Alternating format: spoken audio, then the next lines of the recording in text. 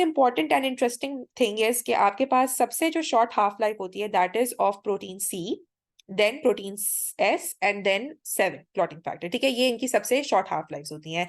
So as a result क्या होता है कि जब आप वॉरफ्रिन देते हो तो सबसे पहले जो प्रोटीन्स खत्म हो जाती हैं, these are the anti coagulant proteins. ठीक है, तो आपके पास जो एंटी कोएगुलेंट्स होती हैं वो पहले खत्म हो जाती हैं, जिसकी वजह से बॉडी एक इनिशियल प्रो कोएगुलेंट स्टेट में चली जाती है, जिसकी वजह से there is ongoing ischemic necrosis. ठीक है, सो बॉडी के अंदर because of the microthrombi formation ischemic necrosis होना शुरू हो जाता है, which is very similar to that seen in protein C deficiency में अगर आप वॉरफ्रिन देते हो, क्योंकि वॉरफ्रिन वैसे ही कैन कॉज इस्कीमिक नेक्रोसिस, क्योंकि इनिशियली प्रोटीन सी और एस खत्म होती है विच आर एंटी कोएगुलेंट्स, तो प्रो कोएगुलेंट्स ज्यादा हो जाती है बॉडी के अंदर comparatively, which results in a procoagulant state and can cause ischemic necrosis because of the microthrombi formation। usually ये skin necrosis हो रहा होता है सिर्फ। ठीक है, इसीलिए जब भी आप वॉरफ्रिन थेरेपी स्टार्ट करते हो, आप वॉरफ्रिन के साथ हेपेरिन देते हो, क्योंकि हेपेरिन उस इनिशियल प्रोकोएगुलेंट स्टेट को एंटागोनाइज करती है and it prevents the necrosis which is a side effect of warfarin। ठीक है, I know it's very confusing, लेकिन बस आपने याद ही रखना है कि वॉरफ्रिन ने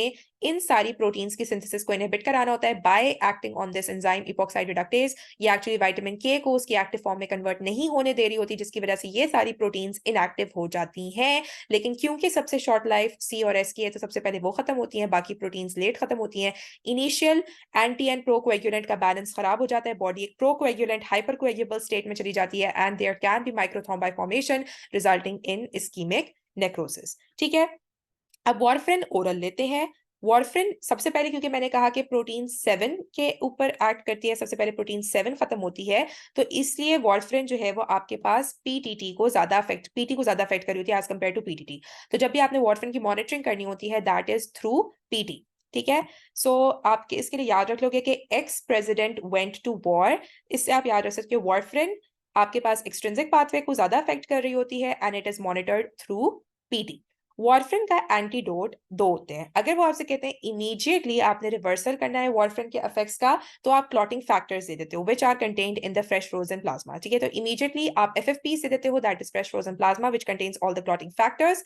लेकिन अगर आपने लॉन्ग टर्म करना होता है, इसके रिवर्सल करना होता है, तो उसके लिए आप वाइटामिन के देते हो। जो वाइटामिन के है वो इवेंचुअली क्या करेगी कि वो न्यू वाइटामिन के जो आपने एडमिनिस्टर की है वो न्यू क्लॉटिंग फैक्टर्स को एक्टिवेट करवाएगी and it will cause a delayed reversal of the effects of warfarin. ठीक है, एक और इसके साथ एसोसिएटेड चीज ये आ जाती है कि वॉरफ्रिन आप प्रेगनेंसी में नहीं देते because warfarin can cross placenta and therefore it will be teratogenic. और आपके पास, आपको पता है नियोनेट्स के अंदर जो इंटेरिक बैक्टीरिया होते हैं ना, वो विटामिन के सिंथेसाइज कर रहे होते हैं। नियोनेट्स के अंदर क्योंकि गट का फ्लोरा अभी तक एस्टैब्लिश नहीं हुआ होता, उनके अंदर विटामिन के की डेफिशिएंसी होती है, जिसकी वजह से ब्लीडिंग हो सकती है। सो नियोनेट्स के अंदर आप इसीलिए आईएम विटामिन के इंजेक्शन देते हो। ठीक है, सो ये सारी इसके साथ रिलेटेड चीजें हो गई। अब वॉरफ्रिन भी आपके पास उन्हीं क्लॉटिंग फैक्टर्स को अफेक्ट करेगा जो कि विटामिन के डिपेंडेंट है, that is protein C, protein S, protein clotting factor 10, 9, 7 and 2।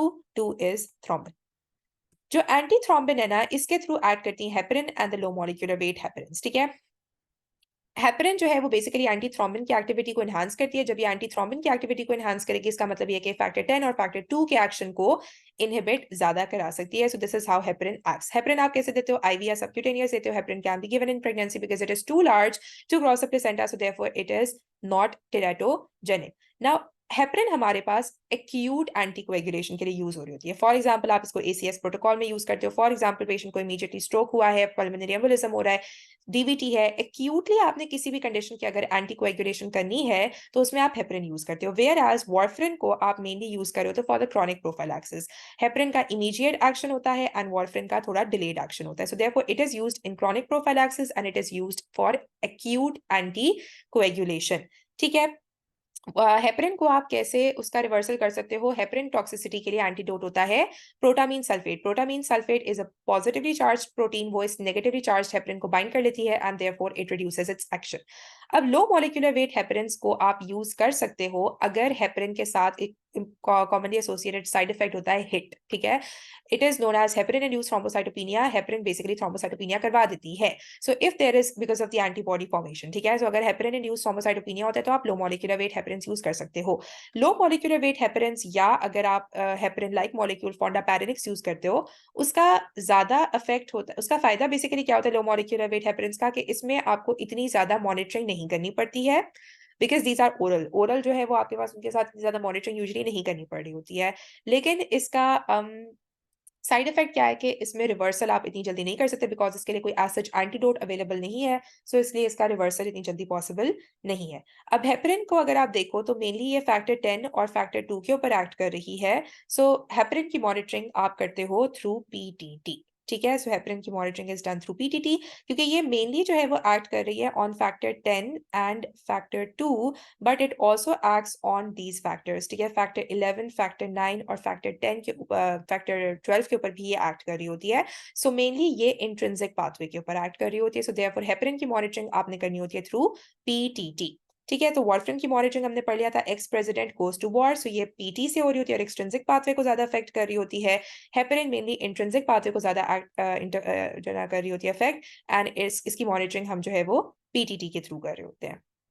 उसके अलावा there are other factors. Factor 10A के डायरेक्ट इनहिबिटर्स भी होते हैं और फैक्टर 2 के थ्रोम्बिन के भी डायरेक्ट थ्रोम्बिन इनहिबिटर्स भी होते हैं। इनको भी हम प्रोफिलैक्सिस के लिए यूज करते हैं। These are superior to heparin because ये बेसिकली एट्रियल फिब्रिलेशन वगैरह में यूज हो रहे होते हैं फॉर द प्रोफिलैक्सिस, और ये सुपीरियर इसलिए होते हैं क्योंकि इनके अंदर साइड इफेक्ट्स कम होते हैं और इनकी मॉनिटरिंग नहीं करनी पड़ती। These are oral.